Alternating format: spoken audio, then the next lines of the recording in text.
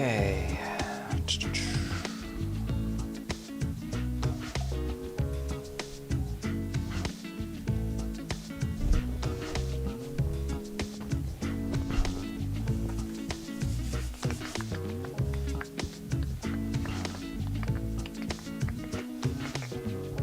Cool. Hello, everyone. My name is Wesley. This is Woo Can Cook. Today we're doing a vermicelli noodle bowl with some lemongrass grilled chicken that comes from Vietnamese cuisine. That recipe came out over on my YouTube channel a couple of days ago. That was over on Friday? Last Friday it came out over on my YouTube channel. So if you're looking for all that stuff, it lives over on the YouTube channel already. That came out last Friday. We're going to be cooking through it live, and I'm going to take a look at some of the tricky things that come up about this recipe. Probably the main and most tricky thing about it is that it uses pretty much exclusively fresh ingredients, or it has to be using pretty much exclusively fresh ingredients, because we're not really going to be cooking anything. Almost everything that we're using, except for the chicken, everything else that's going to go into our dish today is going to be fresh. It's going in raw, so that's most of the things that we're eating. Means that we're basically going to be eating them in their raw stage, which means that if they're not fresh, it can get pretty gross. So super important what we're eating today. It's got to be very fresh. Almost everything that we're using today I bought at the market today. So if you have any questions for me, feel free, drop your questions in the chat. I don't know everything about lemongrass or grilled chicken, or I don't know everything about anything, but I know lots of stuff, so hopefully I can be helpful or informative, or at the very least fun to watch. And as always, if you haven't made your way over to the YouTube channel yet, definitely hop over and check out what's going on over there. Those recipes are out every Friday, so what we're cooking through is the recipe that came out last Friday. And then the Friday before that was something else. What did we do Friday before that? Oh, I think we did larb. We did a Thai dish called larb. So, anyway, all that over on YouTube. If you're watching on Reddit, that's the YouTube channel at the bottom of the screen. What we're doing first today, so we're going a little bit out of order, because the real key to a lemongrass grilled chicken vermicelli, as you might guess, is the lemongrass. So this is our lemongrass. The ones that I have bought from the market today, it's actually been chopped up already, so you can actually take a look and see where they chopped it. Looks probably something like that. So this is already some pre-chopped lemongrass, or at least they cut it in half. I think the reason that they cut it in half is because it's like really large and cumbersome, difficult to sell. Because if it's like shaped so weird. But the really tricky part about lemongrass is that it has this really tough exterior to it that is not really something that you want to be eating. So what's tricky about lemongrass is that you have to peel off that first layer of skin, which is a little bit tough to do because it's so thick and dense. But what I like to do is split open. And that's going to expose this like inside layer here, where you see it's like nice and purple. All of that stuff, it's a little bit more toothsome and easier to chew on. So what we do want to remember is that no matter how fresh your lemongrass is, it's mostly going to be not something that you want to end up in your finished dish, because it's really chewy. So what I like to do is I like to peel off this first layer, and then you're kind of left with these larger chunks of lemongrass. And then what we're going to do is this lemongrass in our marinade. So I'm going to slice this open, and then we're going to get this all into our chicken marinade.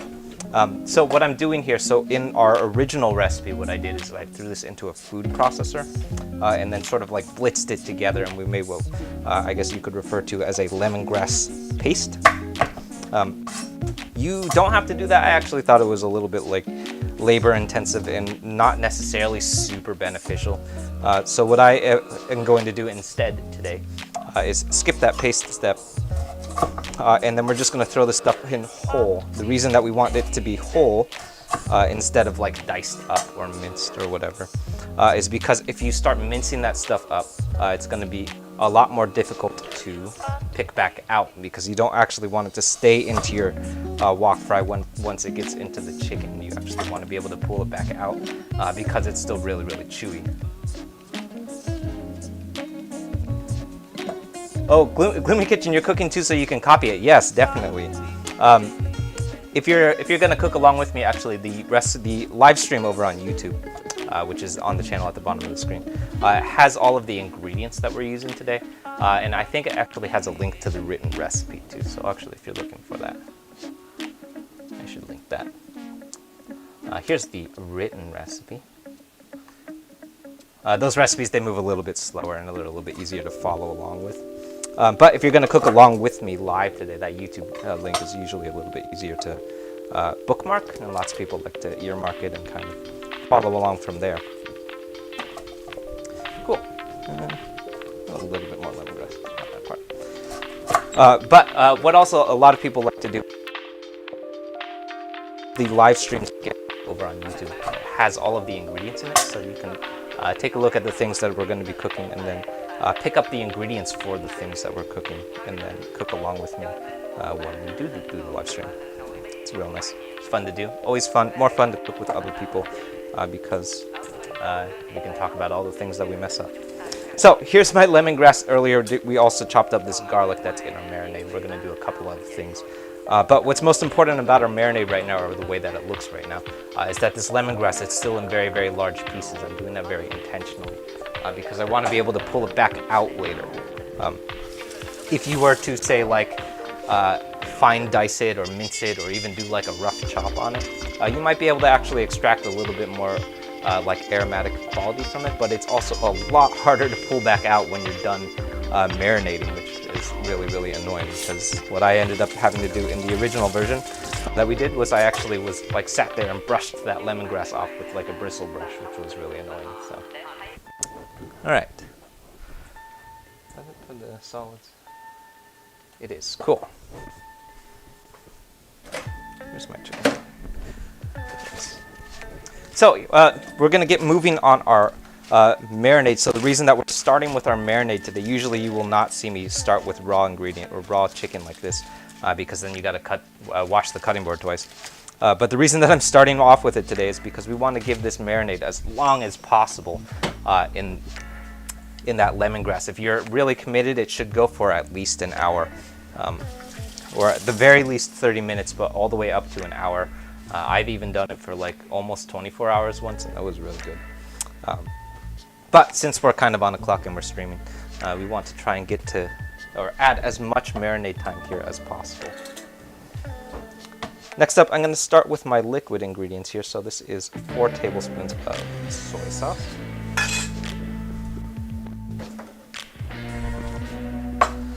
Followed by this is going to be how much? 2 tablespoons of brown sugar.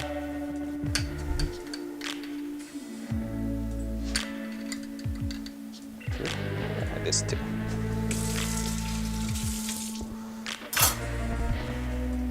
You made halibut fish tacos today. Ooh, quick flat. Yeah, pan fry. Yeah, I did some salmon yesterday. Actually, it was really good. But that sounds good. I actually haven't had halibut in a long time. What else are we missing? Fish sauce. Next up is 4 tablespoons or a 1/4 cup of fish sauce. So if you've ever made Vietnamese food, you will come to find that fish sauce, probably one of the most important ingredients in most Vietnamese food. So that's 4 tablespoons of fish sauce. That's going to come back up again in a little bit when we do our nuoc chum. And then a little bit of lime. So I actually forgot to buy lime today, so today we're using lemon. This is not a substitution. that I highly recommend. I actually think this is gonna go horribly, but I ended up deciding that lemon is better than no lime at all. So here we are.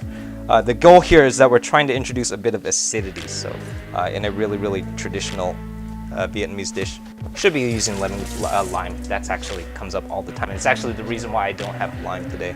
That's because I used it in all of the other instances. But here we are. I think I do want to use a Ziploc here. Alright, so that's our marinade. What we're going to do here is I'm taking a Ziploc bag and then I'm going to add all of this to that Ziploc bag. If you're paying attention, you could have just thrown it all straight into the Ziploc bag and then avoided cleaning an extra bowl, but here we are. And then what we're going to do, so this is my favorite way of marinating stuff. We're going to give this a real good toss, make sure everything is nice and coated in that marinade, like so.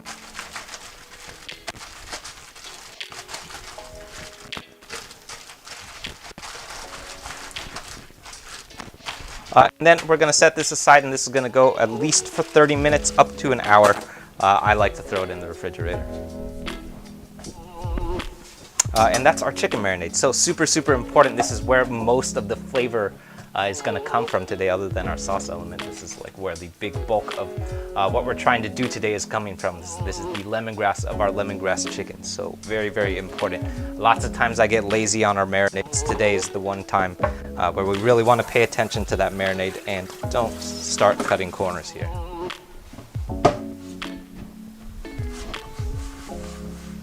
Alright, so we're clearing our cutting board and then we're going to get going on our veggies next. Yeah.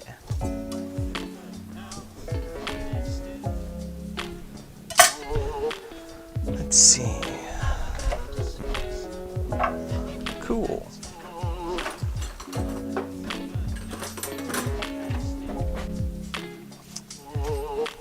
Hey, yeah, thank you.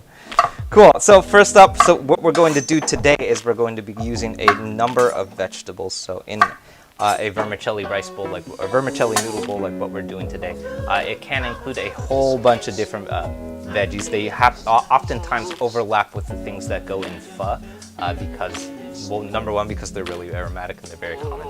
But also number two, my guess is because it's the things that they have in the back of the kitchen. So they overlap because those restaurants are serving the same two things.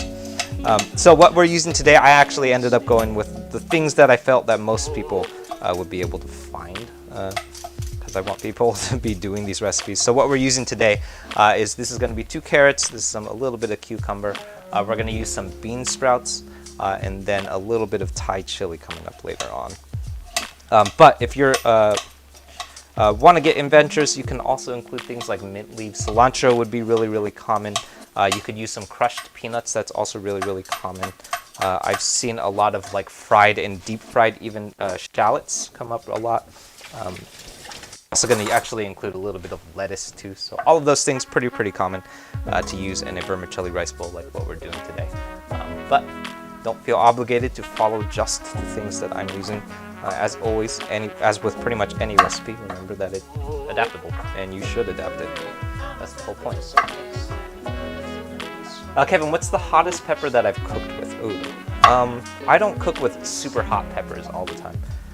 So I think that the hottest pepper that I've cooked with is not that hot. I would say like, probably, yeah, I think like the hottest chili that I've used is probably the Thai chili, which I acknowledge is not really that hot. I don't think it's that hot. That's, I think, mainly because I'm not really that into like super spicy stuff. So. But yeah, Thai chili, it can get really hot, especially if you use a lot of Thai chili. It can get super hot, and that's like when if you've ever had Thai chili, Thai food, that's like you're sweating in your seat during dinner. That's where it comes from, is the Thai chilies. Because they're so small and concentrated, and they have a lot of capsaicin in them. Cool. But yeah, good question, yeah. They're also like the same chili that comes up in a lot of Chinese food too, which is why I always have them on hand. Anyway, meanwhile, what we're doing right now is we're getting to our Julian cuts. We're going to be julienne a couple of different things here, so get comfortable because we're about to spend like 10 minutes julienning things. So I'm starting off, this is my carrots up first, so we're going to do the julienne here.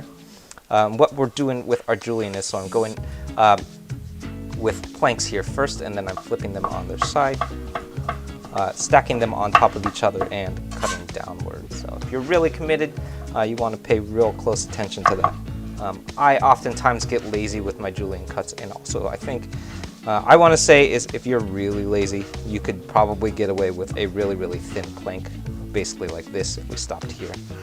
I'm going to try and go for these julienne cuts, but if you're feeling super lazy, you could stop here too.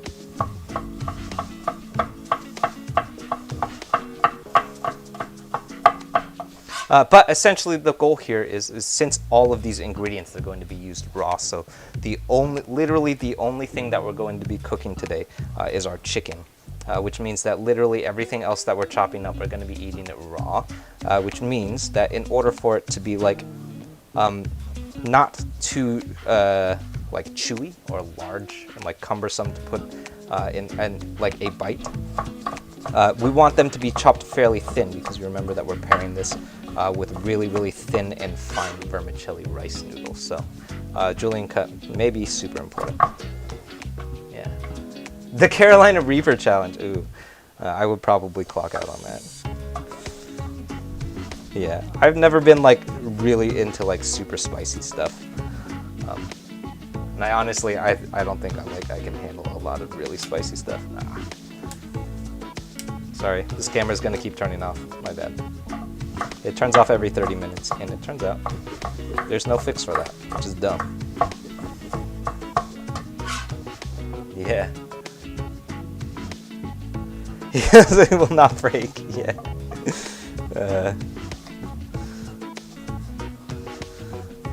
Yeah. Cool.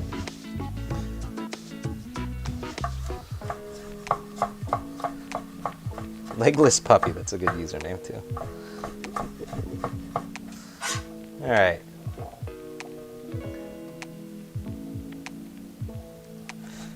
Cool. Let's see. So what I'm doing here, so we're going through our julienne cuts here. So I'm starting off with planks here, and then we're going to flip them on their side. Essentially what we're trying to do is flip them diagonally so they're stacked on top of each other. Then we can go downward and chop downward like so. What I have often tried to do is stack them on top of each other, which takes this extra step of getting them to stack on top of each other, which is a little bit annoying and difficult to do. So this actually works even better if you have really large carrots, which I don't have right now. But we're going to lay them flat like so, and then go downward.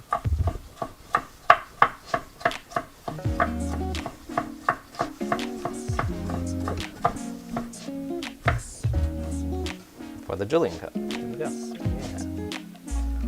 Yeah. It'll improve my julienne powers. Actually, I actually do that. Let me finish these carrots first.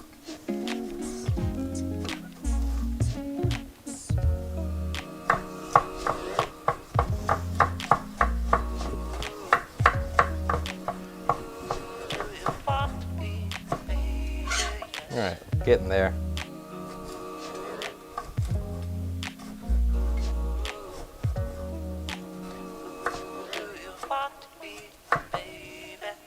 One more time.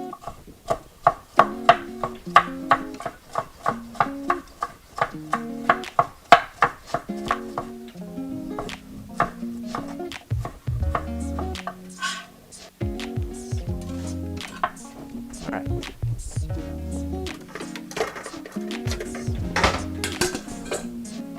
I've only seen a few of the videos on Reddit. Ooh, I have not, but that is definitely something that I would do. That sounds super fun. I will add it to the list. I love doing requests. Actually, one of the videos that I just finished doing was a request from one of these subreddits. That was the Oakland subreddit. I did it from this Oakland subreddit. Yeah, requests are always super fun.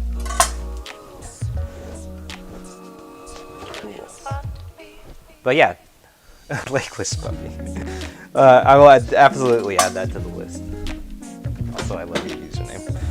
All right. So, first up, cucumber. Second up, shot of whiskey.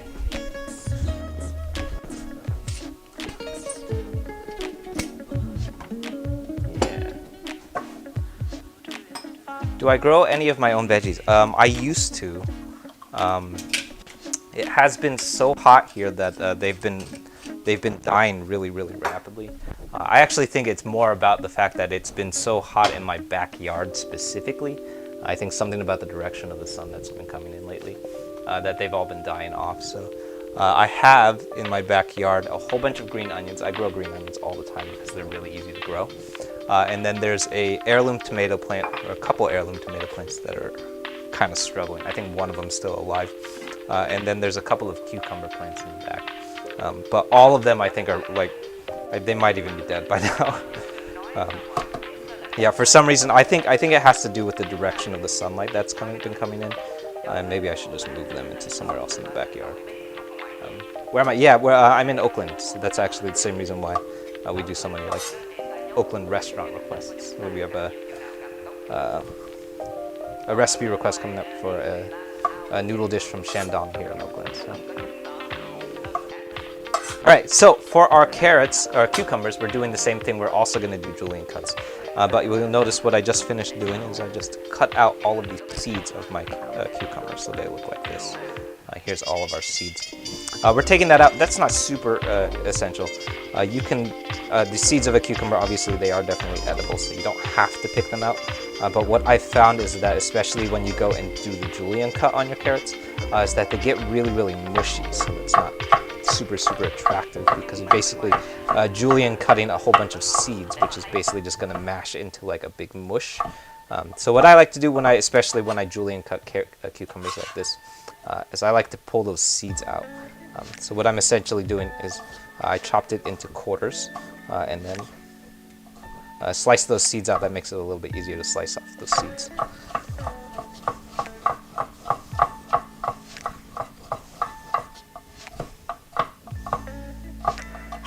Yeah.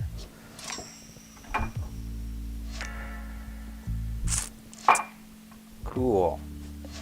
So one more time, here's our plank.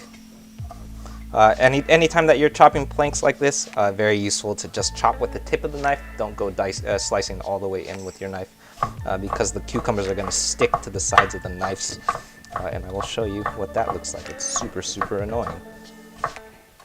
So if you've ever had the problem where you're trying to slice something you want it to hold together like we just finished doing, and if you slice downward, you'll notice things start sticking to the side of your knife like that. It's not super fun because then you have to pick them back off and then reintegrate them into your plank, especially if you're trying to flip them on their sides like so. So what I like to do, chop with the tip of the knife only, and that will keep them from sticking to the side of your knife.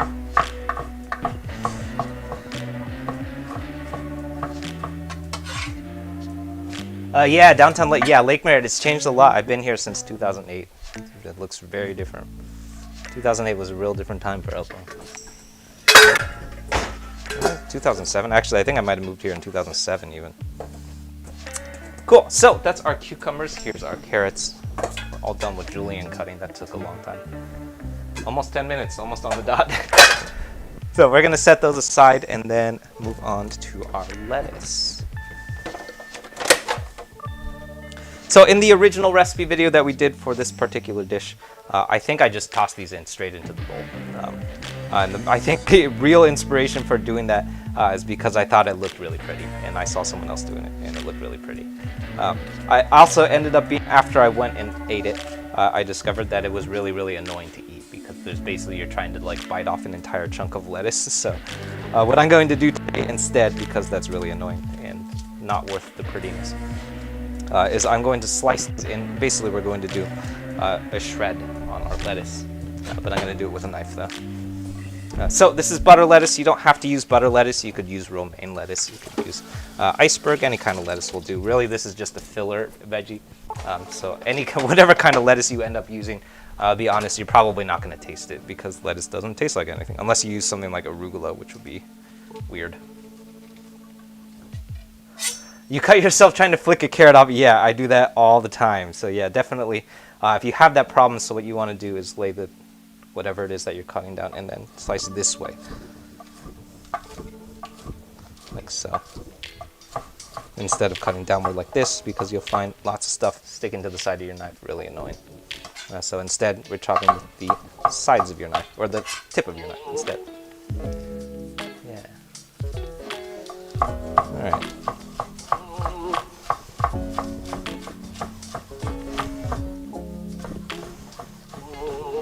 right. Butter lettuce, also if you're working with butter lettuce, and this is your first time working with butter lettuce, you want to also remember, pretty much like any kind of lettuce except for romaine, which has a little bit of nutrition in it, is that it's mainly made up of water. So if you chop it fine enough, eventually it's going to start giving up that water, like all of this on my cutting board, and it's going to start basically just turning into water. It will, if you smash butter lettuce enough, will basically just disintegrate into nothing. So don't go too fine with that chop here. It was also one of the other inspirations as to why I didn't chop it up in the recipe video. So there's our lettuce. We're going for a fairly fine shred here. All right. Yeah.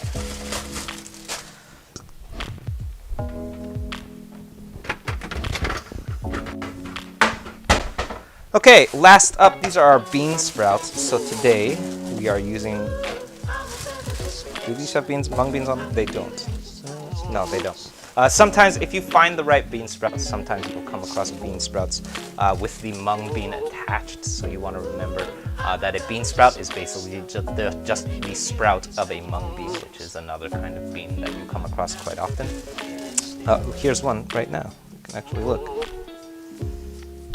Usually when you come across bean sprouts, they will have that mung bean already picked off. Here's one of them. So what I like to do, if you do find bean sprouts with the mung bean attached, they're really tasty, so it's really nice to have. Although they're a little bit chewy. It's kind of an acquired taste. So I'm just going to give this a quick rinse, and I guess if you have fruit wash, you could wash your bean sprouts too. Most importantly though, because this is going straight into our mixing bowl, or our finishing bowl, not a mixing bowl, it's just like any time that we're wok frying these things, shake out all of this water down here. You don't want that to get into your wok, or into your mixing bowl, because otherwise you're going to end up eating a whole lot of water. Not great.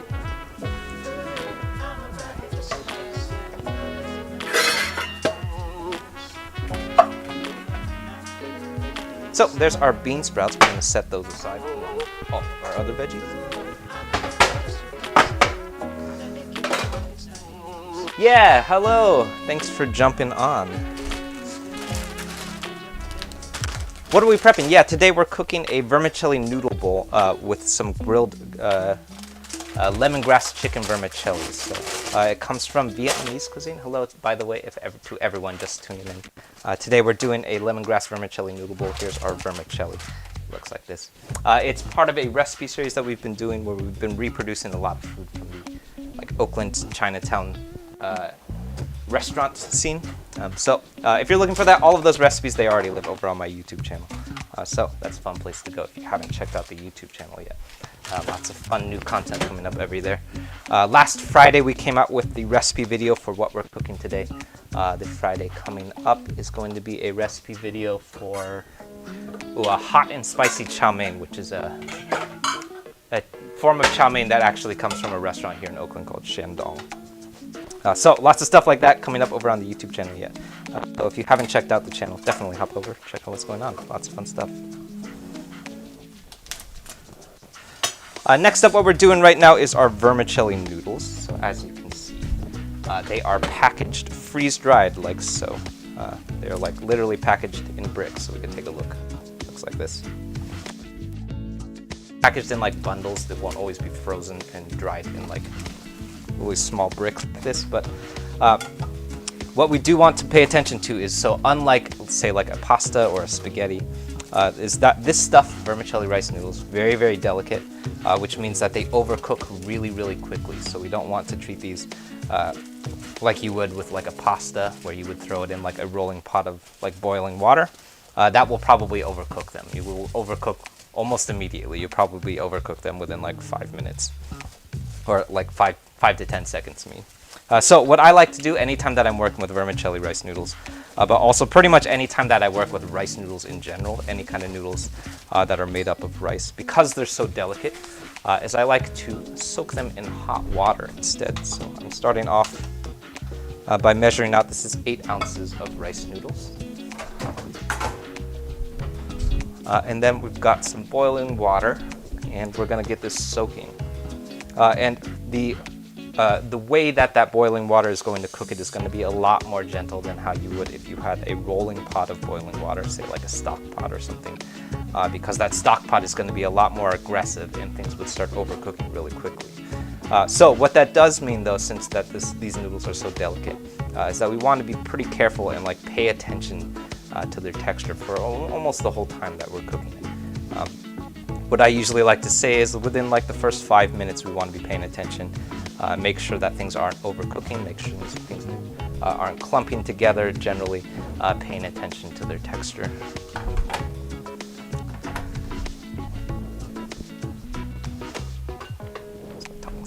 Here they are. So I've got my noodles in the bowl here, and then what we're going to do is start giving it a toss.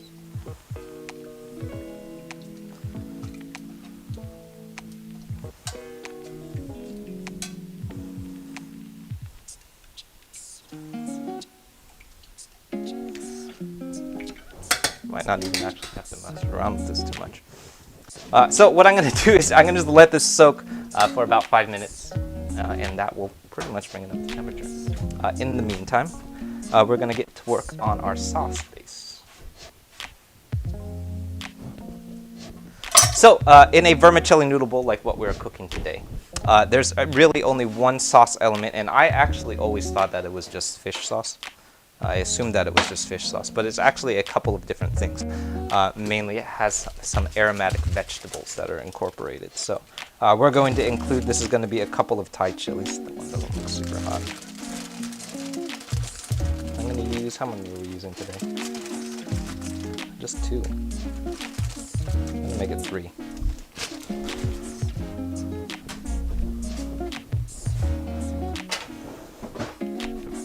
So Thai chilies, I mentioned this earlier too, but Thai chilies, very, very spicy. We're also not going to pick out any of these seeds, which means they're going to be even more spicy. So what I like to say is if you are particularly averse to spicy stuff, adjust this portion up or down as you like. So if you really don't like spicy stuff, you could leave it out entirely. If you like something a little bit more mild, go with 1 or 2. Today we're going with, I'm actually going to make this probably 4. If you're really committed, you could probably pick out the seeds too. That will do nicely. What I always say is that I find that the whole point of a Thai chili comes from that heat, and like that really, really aromatic flavor of their heat is coming from the seeds. So if you pick out the seeds, then you're kind of defeating the whole point of the Thai chili, but to each their own.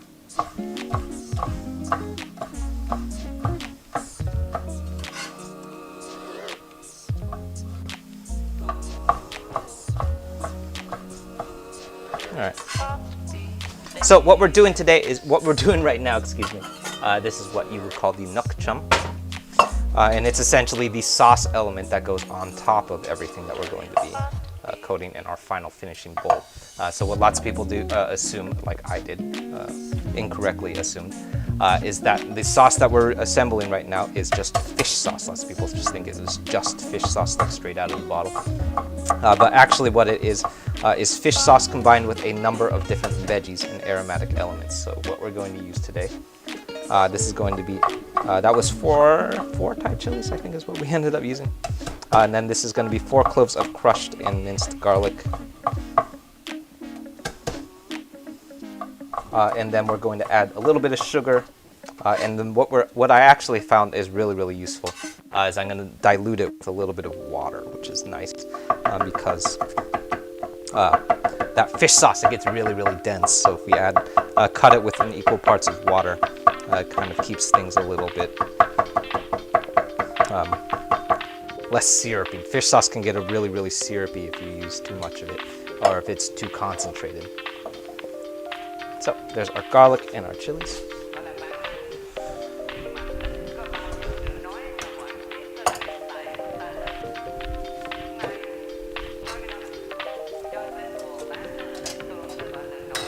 I'm actually going to pause and swing back to our noodles. Make sure that these things don't overcook.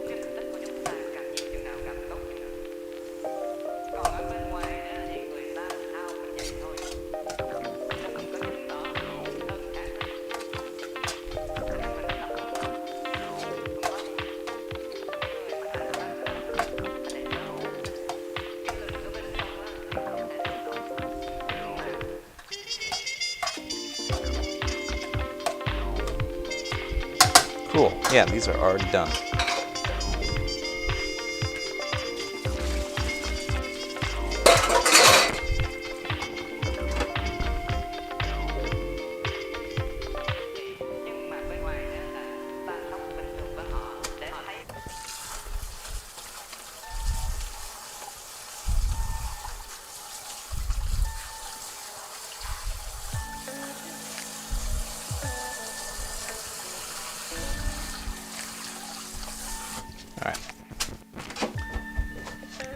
Alright, so next up, this is going to be 4 tablespoons of fish sauce. So depending on what kind of fish sauce you're using, it can be a little more concentrated. Sometimes I come across fish sauce that's already quite diluted. For the fish sauce that we're using today, it is very concentrated. I also think that has to do with how old this fish sauce is. So what I like to do is cut it with an equal amounts of water. So, that just sort of keeps it from getting a little bit too syrupy. So that was 1/4 cup or 4 tablespoons of fish sauce, and then next is a 1/4 cup or 4 tablespoons of water.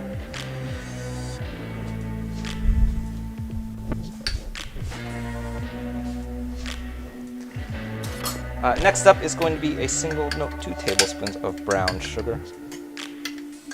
Some people think that the brown sugar may or may not be necessary because fish sauce is already quite sweet already. So if you really don't like sweet stuff, you could probably even leave that sugar out.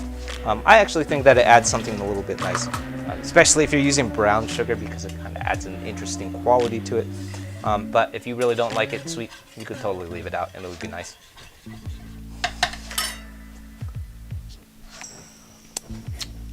Yeah, it's good. Ooh, that's hot. Done. I think that's it.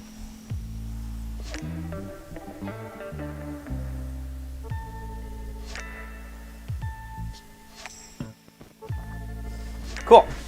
I believe we are done chopping stuff. Which I guess I shouldn't be too surprised about, because we just spent a whole lot of time chopping stuff.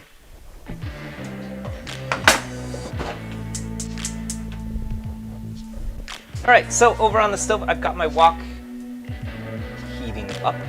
We're going to get that thing ripping hot, and then we're going to get to work on searing our chicken, which I guess we could circle back to and take a look. So if you've been watching since the beginning of this, the first thing that we did was get to work on this marinade, which again, if you're really committed, you should go for at least 30 minutes. I think we're right at the 30-minute marker. What I like to say is that if you really want to, probably closer to an hour would do better. I'm not going to do that because I don't feel like waiting that long, but if you're really committed, give yourself at least an hour to marinate this stuff. And then what we have here, so we can take a look at our marinade, at the bottom of the bag is a whole bunch of lemongrass. So that lemongrass is getting nice and infused into our chicken in that marinade. If you want it to infuse even more, you could do a nicer and finer chop. Or if you're really committed, you could even throw it into a food processor, which is how we did it in our original recipe video. Oops. You could even do it in a food processor, which is even better and going to infuse it even more. What's tricky about that is that if you mince it up really, really fine, it becomes a lot more difficult to get that lemongrass back off once you're done marinating it, because you don't want that stuff to hang around, because if it sticks on there, you're gonna have this nice, like, weird chewy bits of lemongrass sticking around, which is not super great.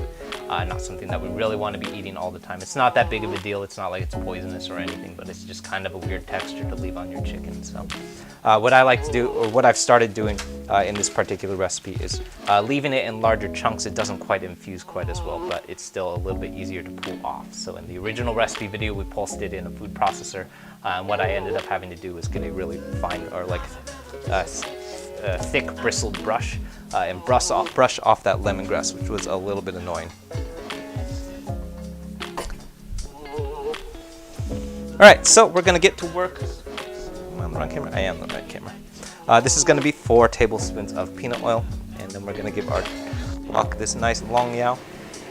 And what I've found is that if you do own a round bottom wok like what we're using today, this is gonna work best in that round bottom wok, because you'll notice that as we start adding that oil, what happens is the oil, it starts pulling up right here at the bottom where the wok sort of rounds out. So that's really, really useful if you're searing a piece of chicken like what we're doing today, because it means that you can sear that chicken in that pool of oil, whereas if we were doing this on a flat bottom skillet, for example, the oil spreads out a little bit more and you don't quite have as much oil surface in the surface area of your cooktop.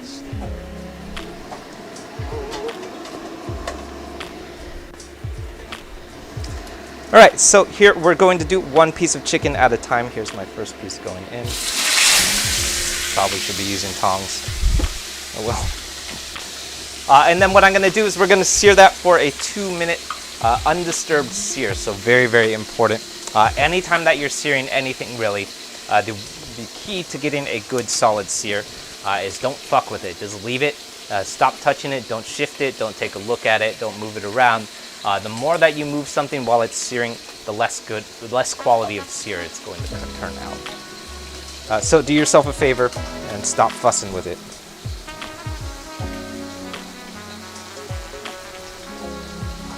Yeah.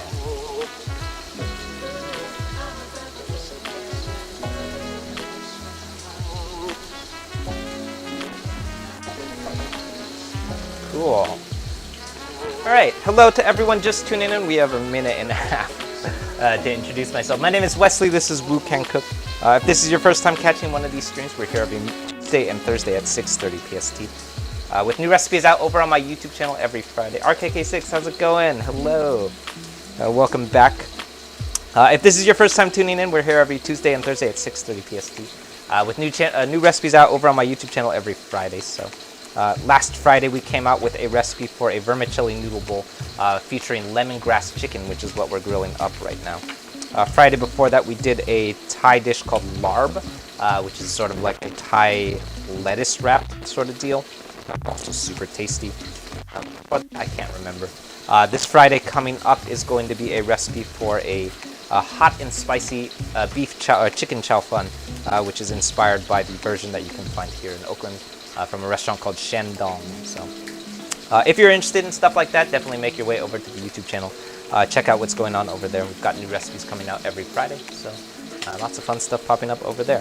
Generally, if it's something that I can eat for dinner, I'll probably cook through it on Tuesdays, like today. Yeah. All right, we're at the 2-minute marker. I'm gonna give this a peak. This feels like it might not be cooked all the way through yet. So. There we go. So I'm giving that a quick flip, and then we're gonna let that go for another, usually say like another minute, but I feel like our wok is underheated today, so I'm gonna say that's gonna be closer to 2 minutes. Yeah. What was I saying? Yeah. If this is your first time tuning in, there's also a whole schedule of live streams that live over on our YouTube channel. So if you're looking behind me, there's another laptop that's ticking. That goes to my YouTube channel where we also concurrently live stream. That also has a whole schedule of everything that we're going to be cooking in the next, I want to say 3 weeks or so. So if you want to find out what we're cooking next, that's a good place to start. It also has a whole list of all of the ingredients that go into everything that we're cooking. So if you want, I know someone asked about this earlier too, you can pick up the ingredients that go in the things that we're cooking and you can cook along with me. Always super fun to do. All right.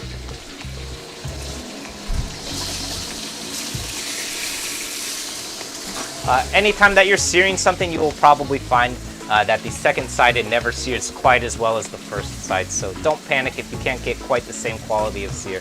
It's not the end of the world. You didn't do anything wrong. It's just how sears go. Yeah. Cool. This noodle bowl, by the way, is inspired by a version that you can find at a restaurant here in Oakland called Miss Saigon, which if you've ever had vermicelli or if you've ever had Vietnamese food, there's probably a Miss Saigon Vietnamese restaurant in every zip code in the West Coast at least. So, but the one on the Miss Saigon on Grand Avenue here in Oakland, I actually used to live next door to it, so I used to eat there a lot.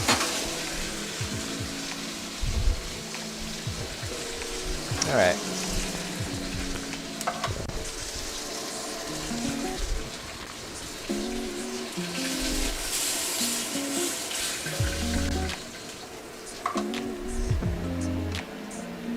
So I'm pulling this chicken out, and then what I like to do is take a look, at least on the first piece, and make sure that we have the right internal temperature. We're looking for 160. Yeah, that's 160 for sure. We want to make sure anytime that we're working with chicken, we're looking for 160 F, or whatever that is equivalent is in Celsius. I'm not actually sure.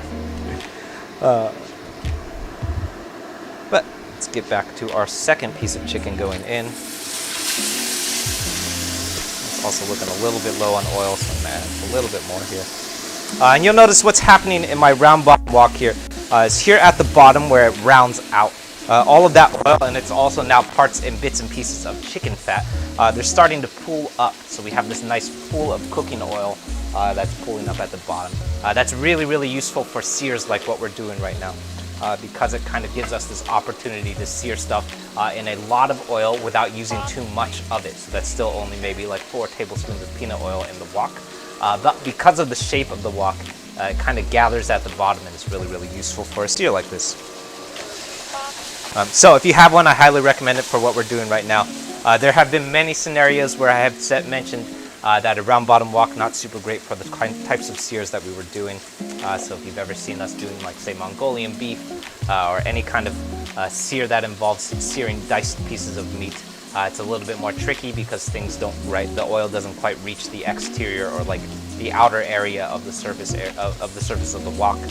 In this scenario, though, very, very useful. Things are getting smoky.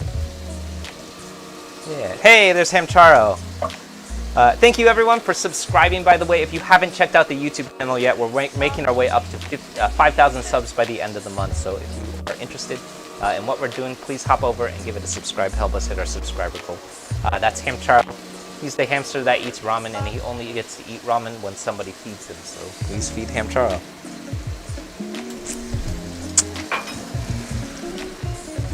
All right. So what we're doing right now is we're getting to work on searing our chicken. We have 3 pieces of chicken thigh going on right now, so we're going to be doing this for a couple of minutes. We got 2 more, 1 more left to do after this second piece here. And then most importantly, especially with a piece of chicken thigh because it's so fatty, but really any kind of meat that you're searing, you do not want to cut into it right away. Give it at least 5 minutes to rest, because what will happen is if you cut into a piece of chicken that you just finished searing, all of the fat and juice and like all of that good stuff that's inside of that chicken breast, it's going to come out, and then you're going to end up with all of the flavor of your chicken is going to end up on your cutting board, which is not great. You want to give it a nice long 5, maybe even 10-minute rest, and make sure that you don't lose that juice on your cutting board. The best boy, yeah, thank you. Cool, so that's the first flip on our chicken here. We're going to let that go for, I like to give it another maybe a minute or maybe a minute and a half. Usually what I've found is that if you're searing 3 pieces of chicken, the second and the third one go best, because as you start searing that chicken, especially if you're working with something like chicken thigh, it starts releasing a lot of chicken fat. So ultimately at the end, by the 3rd piece of chicken, what you're cooking in, it's not just oil anymore, but you're also cooking in that residual chicken fat that has rendered into the wok. So what I usually find is the 3rd piece of chicken goes the best because it's cooking in the most amount of chicken fat, whereas the first piece is just cooking in that oil. Although technically also cooking in some of its own fat too.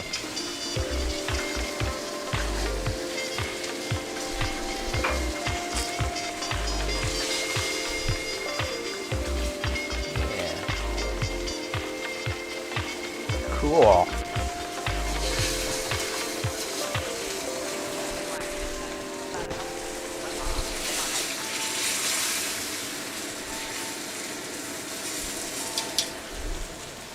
This, by the way, if you're paying attention, a lemongrass grilled chicken vermicelli technically should require grilling, which has to be done on a barbecue, which is outside, and I also don't have a camera for it. So what we're doing today is my closest reproduction of how to grill something without a grill, which is sort of like apartment hacking, I guess. In my experience, the best way that I have reproduced grill, or a grilled quality to any kind of meat really, but also tofu, is in a wok sear. So I don't think this is cooked through. Yeah, it's not cooked through. So my best bet for any time any type of searing, especially on meats, is going to be the wok sear, but to each their own. You could also do this in a cast iron skillet too. That would work really great too.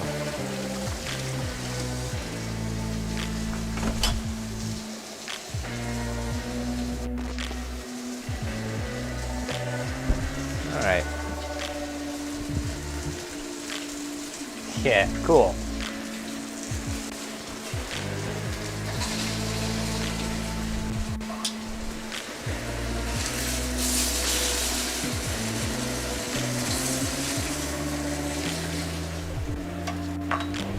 All right, here's our last piece of chicken going in. All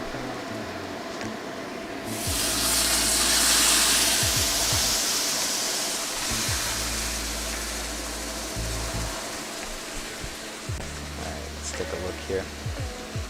Back over on the cutting board, we could take a look. Here's our finished 2 pieces of chicken. And then I'm checking the internal temp on our chicken thigh here.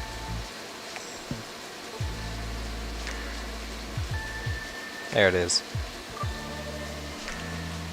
Once again, anytime that we're working with anything made out of chicken, so that includes chicken thigh, chicken breast, anything really, chicken wings, all of that stuff, we're looking for 160 on the internal temperature. Sometimes I like to float closer to like 150, 155, and I find that it yields a little bit more tender piece of chicken. That's for the adventurous. The FDA certified temperature is going to be 160. I think it actually might be 170. But up to you. How adventurous are you feeling? You could go all the way down to 140. You might even give yourself some food poisoning. We'll see. Cool. All right.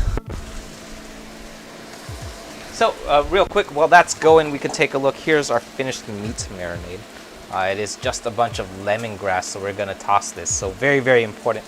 That lemongrass, super, super chewy, not super edible. We don't really want to be eating that stuff.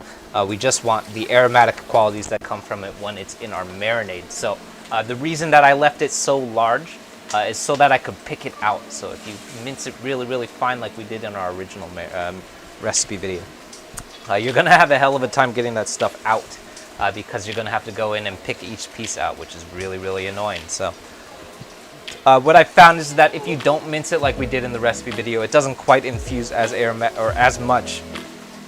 And it helps actually if you do a little bit more of a marinade, maybe let it go for closer to 2 hours, all of which optional. But what I like to have been in the habit of doing is let it be a little bit larger in size. We're going for like larger plank sizes today, and that's a little bit easier to kind of pull out, so we don't have to sit around and pick out lemongrass from our chicken.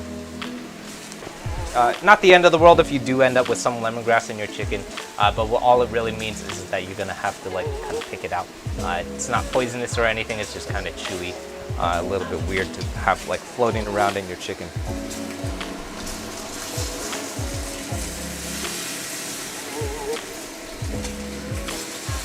All right. Oops, wrong camera.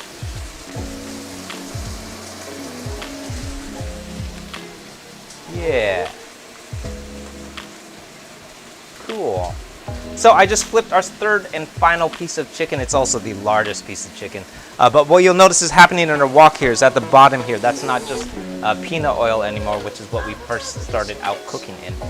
It's all of the chicken fat is starting to render out of our thigh, which is also the main reason why when I work with chicken in a vermicelli or lemongrass chicken like what we're doing today, I love working with chicken thigh because it just yields all of that extra fat. It's really useful to be cooking in.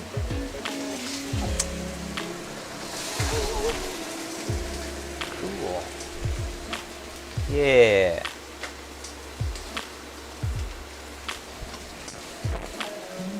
All right, so we're gonna let that go. That's gonna go for maybe another minute and a half or so, and then we'll be ready to eat. The second best part of the chicken. Yeah, that's the first best part of the chicken. My favorite part of the chicken is usually the chicken wing. I actually like chicken wings really a lot. They're kind of annoying to like pull the bones out of, but my favorite part is the chicken wing. Probably the most useful part is going to be the chicken breast because it yields the most amount of meat, but it's also like flavorless. Yeah, the oysters, yeah. Near the butt of the chicken, yeah.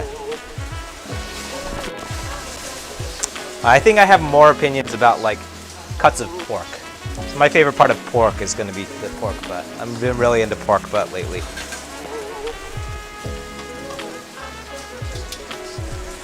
Alright.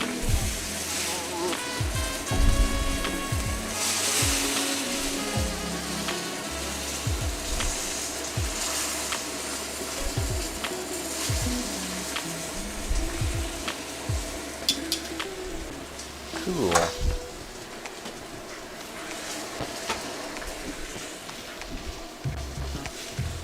Yeah. Have I yeah, that's actually, have I tried scouring the lemongrass? That's actually what we did do. So I scoured it, and that helped quite a bit. I think like what works best is going to be fine. Actually, what I thought is what works best is pulsing it in a food processor and then turning it into a paste. It's also like super annoying. First of all, you have to get the food processor out. It's a lot of extra work for mildly better result.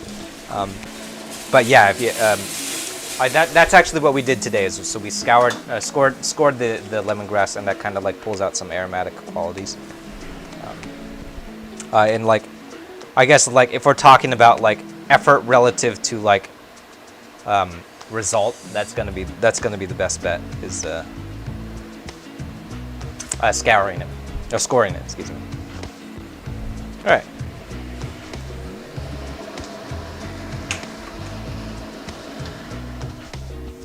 This is still smoking quite a bit. So once we're done cooking, very important, what's left behind here, this is a whole bunch of chicken fat. That's the same thing that happens anytime that we work with like pork or like ground pork or anything that's really, really fatty. What you don't want to do, very important, you don't want to just go and pour all of that stuff down your drain. Very, very tempting to do because it's a really, really easy way of cleaning out your wok. But what's going to happen is if you throw that stuff down the drain, it's going to start clogging your pipes pretty quickly because what will happen is once that fat starts cooling down, it's going to solidify into a solid mass, and then once it turns into that solid mass, you're going to end up with a whole bunch of solid chicken fat at the bottom, or usually at the U-bend of your sink.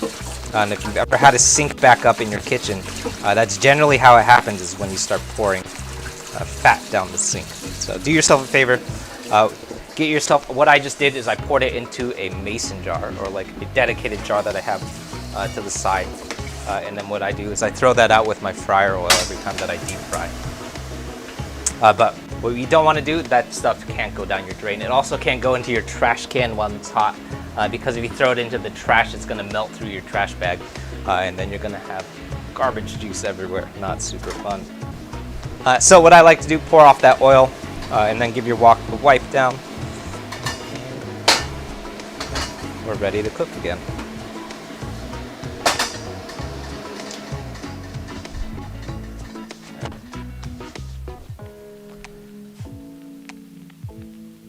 What part is we're using today? Yeah, this is what we're using today is chicken thigh, which is generally like my go-to for any time that we're working with like chicken is probably using chicken thigh. Mostly because it's usually what's in the refrigerator and like easiest to defrost. Sometimes I'll work with chicken breast if I have it on hand. Honestly, they taste the same to me.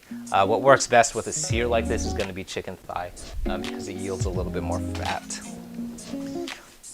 So from left to right, so this is the first piece of chicken that we did, the second one and the third one. Most importantly, this one needs to rest for a little bit longer. This one is probably ready to go, but I'm going to cut into our first one first because it has rested the most. So resting your chicken is probably really, really important, the most important thing that you could do right now. Because if you cut into it too early, what's going to happen is you're going to get chicken juice that's going to start pulling up on your cutting board, which is not where you want your chicken juice. You want that chicken juice in your chicken so that you can eat it. But if you cut into it too early, it's all going to end up down here, which a little bit of it has right there. That's not great. We'll live.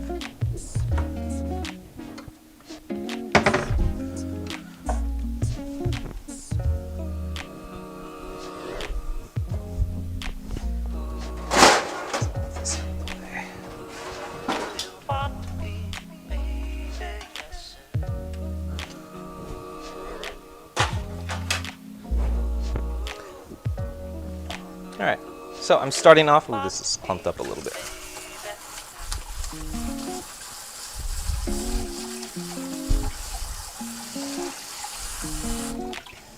Sorry, I'm just rinsing my vermicelli a little bit because it started to clump up as it has cooled down.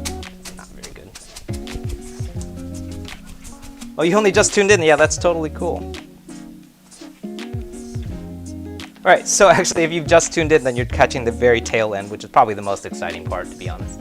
Because everything else that we just did was just a bunch of chopping. So, but I'm starting off, so this is our vermicelli noodles going in first. Once again, I'm straining out a lot of that water so that we're not eating a whole bunch of water here. And then going around the sides of the bowl here first. We can start off with our chicken thigh.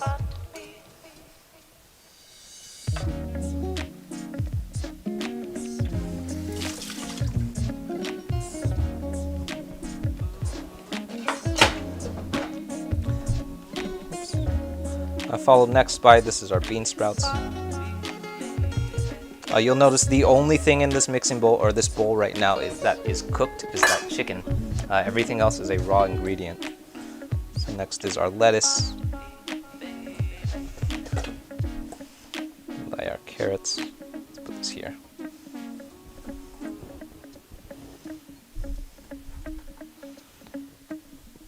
It looks like rice, not noodles. Yeah, so vermicelli is a rice noodle, which is why it looks like rice. Well noticed. Good job.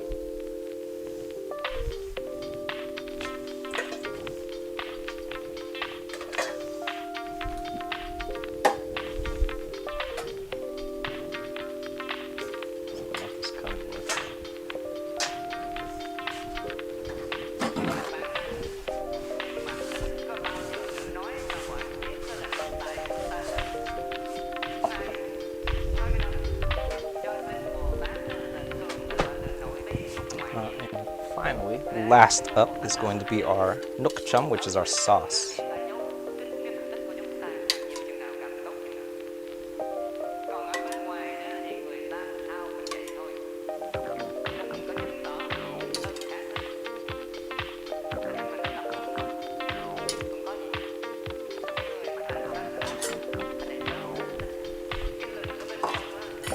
And lastly, if you did remember to buy limes, which I did not, this would be a good time to sprinkle a little bit of lime juice on top.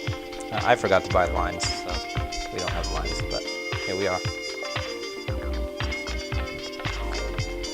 Taste.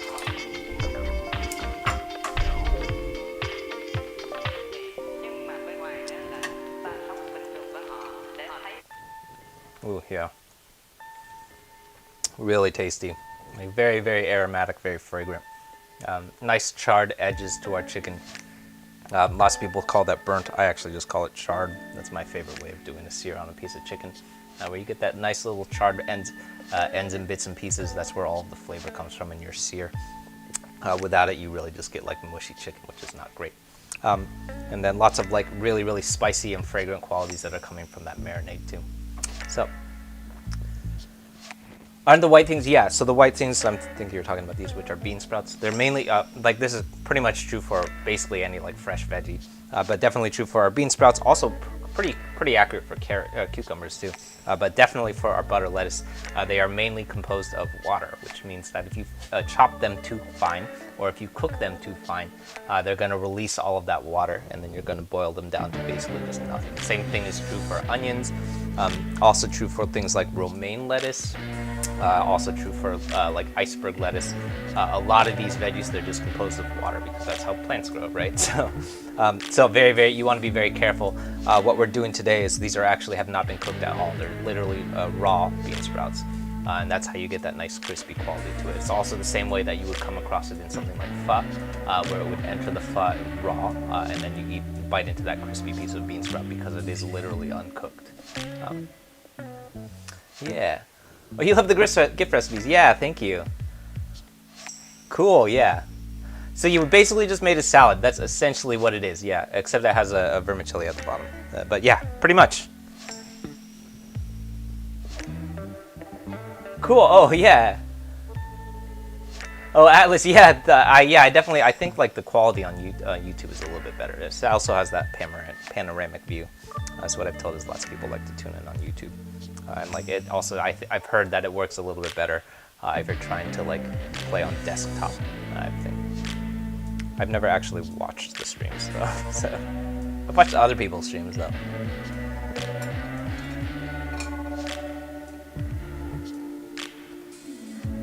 Cool. All right, thanks everyone for tuning in. My name is Wesley. This is Wu Can Cook. If this is your first time tuning in, we're here every Tuesday and Thursday at 6:30 PST with new recipes out over on my YouTube channel every Friday. So last Friday we came out with a vermicelli noodle grilled chicken rice bowl that looks like not rice bowl, but a vermicelli noodle bowl, which looks a lot like this. If you're interested in stuff like that, definitely make your way over to the YouTube channel and checking out what's going on over there. We got new things coming out every Friday. So last Friday was this. Friday before that, I think, was our larb gai, which is a like, I guess like a Thai lettuce wrap, which is typically made with ground chicken. Actually, we ended up using ground pork, and then I forgot that we use ground pork, which you can't call larb gai if gai means pork, or gai means chicken, and if you make it with pork, that's technically a larb move. But here we are. But stuff like that, all living over on the YouTube channel. This Friday coming up is going to be a hot and spicy chow mein, which is inspired by our loosely hacking the version that you can find at a restaurant here in Oakland called Shandong, which is like a really, really popular, I would say probably like the most popular Chinese restaurant in Oakland. Generally, if somebody asks where can you get good Chinese food in Oakland, you're probably going to hear them say Shandong. And that, yeah, that's probably, I think, maybe one of their more popular, maybe the most popular noodle dish that you can get at Shandong. We kind of like figured out how to hack the hot and spicy qualities of their chow mein, which is really fun. Stuff like that coming up. What's coming up after that is I think we're doing some fried rice recipes coming up after that. So if you're interested in stuff like that, definitely make your way over to the YouTube channel. Check out what's going on over there. Lots of fun stuff coming up soon. We're working our way up to 5,000 subs by the end of the month. So if you want to help us hit our subscriber goal, please pop over and subscribe. Lots of fun stuff going on. Don't subscribe if you're not interested. I don't know why people do that. Why are you doing that? Atlas, yeah, thank you. Yeah, this is also, I think, like one of the most photogenic things that I have cooked in a while because it's so colorful. It's really pretty. It's got these nice like pops of color going on with these veggies, and the chicken is really nice. Yeah, but definitely a very, very photogenic bowl.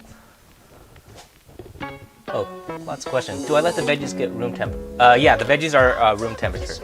I guess it would be fine to serve them cold. I don't see any problem with serving them cold. But yeah, generally, especially if you come across it in a restaurant, you'll probably get them room temperature. But I think that's honestly just because they have it sitting out in like probably like a serving bar. But yeah, that's what we're doing today. Is definitely they're definitely sitting at room temperature. You want to eat it? I want to eat it at 2. Ooh, wok setup and maintenance. Yeah, that would be a good one. Actually, that lots of people have been asking for like a basics episode, so maybe I'll do that. I also want to do like fundamentals of like wok cooking, so that would be really fun. Cool. Yeah, manipulate the balls. That's a good username. All right, thanks everyone. Let me know if you have any questions. I'll be here doing some dishes. Yeah, let me know. I know I miss questions all the time, so feel free and repeat yourself in the chat if I missed anything. I probably missed something, so yeah. Cool. Thanks, everyone. I'll see you soon. Bye. Oh, we'll be back. We'll be back on Thursday. We're going to be doing a mapo tofu, which is one of my grandma's like famous recipes. My grandma used to do a really, really, or at least to me, it was like the most like memorable thing that I had of her cooking, which is a mapo tofu, which kind of looks like, used to look a little bit more like a chili than it actually should be, probably because she's trying to get 12-year-olds to eat it. So cool. Well, we're doing that this Thursday, so I'll see you soon.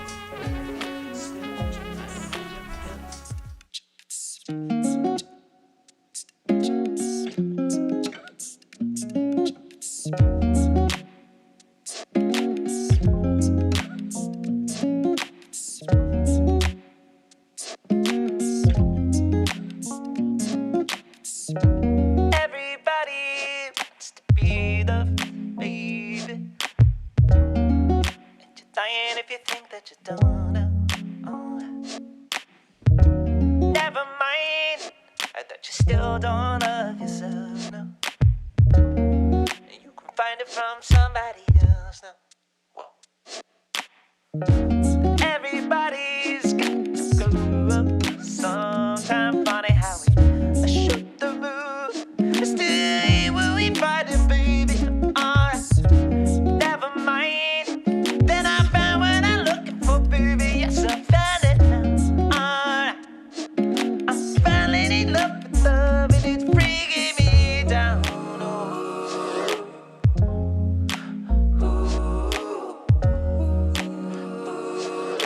Want to be, baby, yes.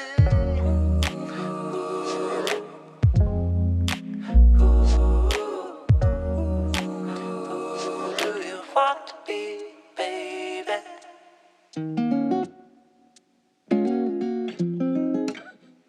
Alright.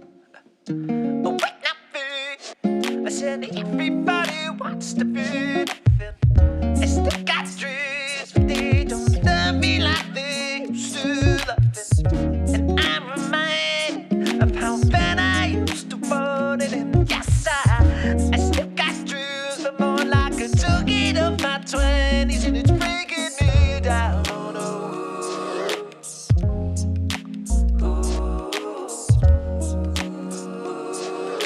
Want to be, baby, yes.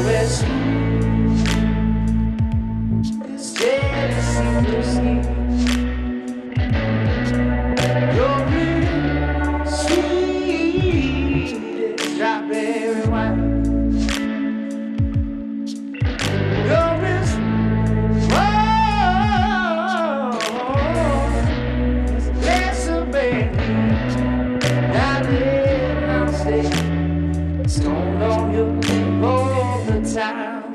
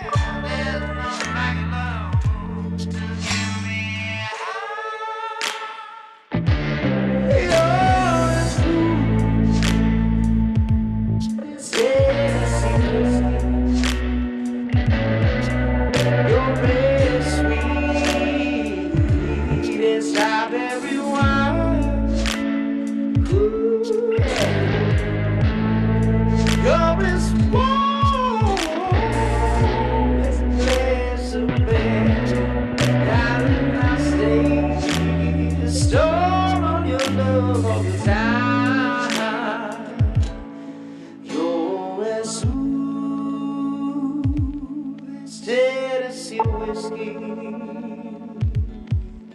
You're as sweet as strawberry wine.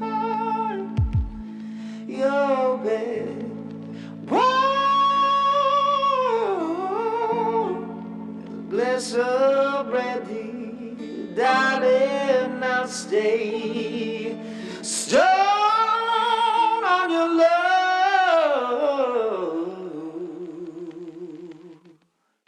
all the time.